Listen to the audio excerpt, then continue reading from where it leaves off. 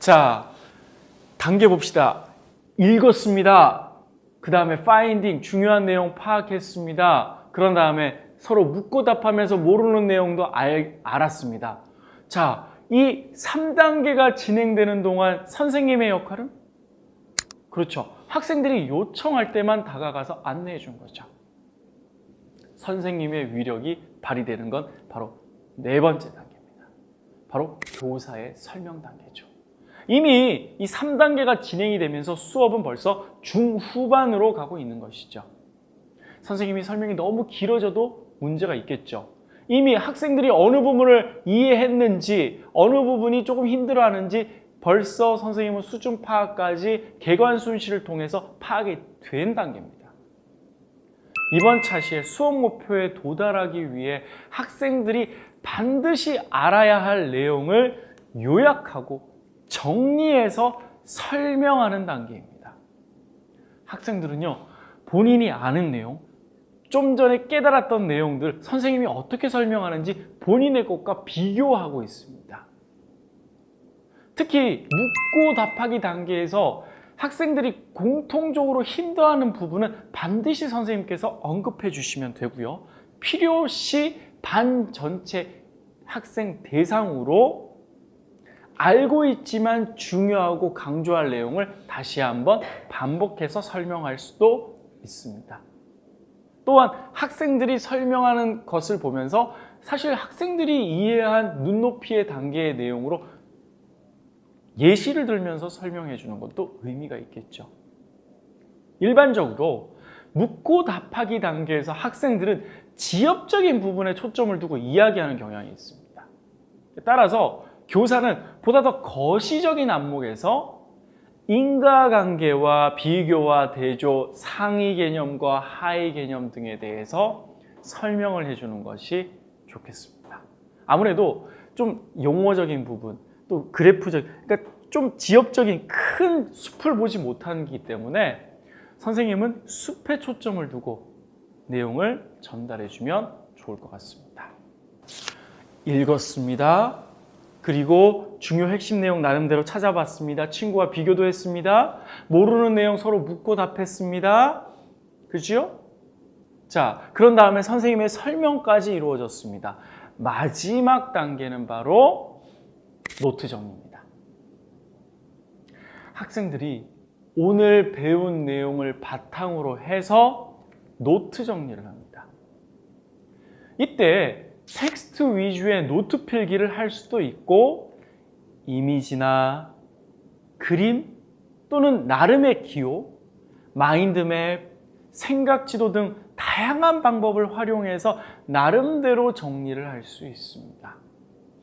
중고등학생들이라면 스스로 학습 정리를 할 수 있겠지만 초등학생이라면 조금 힘들 수도 있겠죠.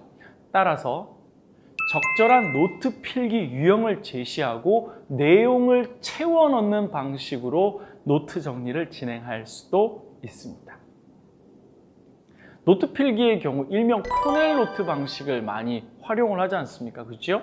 그래서 코넬 노트는 크게 3등분으로 하는데 가장 왼쪽에는 해당 차시와 관련되어 있는 내용, 즉 이전 학습 내용, 관련된 내용을 제시를 하고 중앙에는 바로 오늘 학습한 내용 중심으로 글과 그림, 이미지, 도표 등을 넣어서 쭉 정리를 합니다. 그리고 마지막에는 즉 오른쪽에는 학습 내용과 관련한 어떤 종류의 문제가 출제되는지 경향이라든지 관련된 문제, 이것을 현재 작성을 하기보다는 추후에 내가 문제집을 풀면서 이 내용과 관련된 문제를 틀렸다고 한다면 여기 옆에다 추가적으로 작성을 할 수 있다는 것이죠.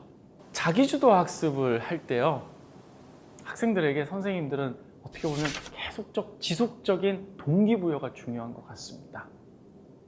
제가 학생들에게 스스로 공부하는 것, 이와 같은 학습의 일련의 방법들을 쭉 제시해 주면서 들려주는 이야기가 하나 있는데요. 선생님과 함께 공유해보고 싶습니다.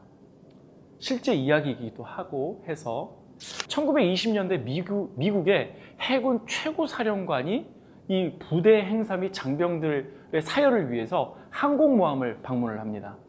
이거 최고 사령부죠. 그런데 이 사령관은 이 좁은 배를 둘러보다가 이 계급장이 심하게 훼손이 됩니다.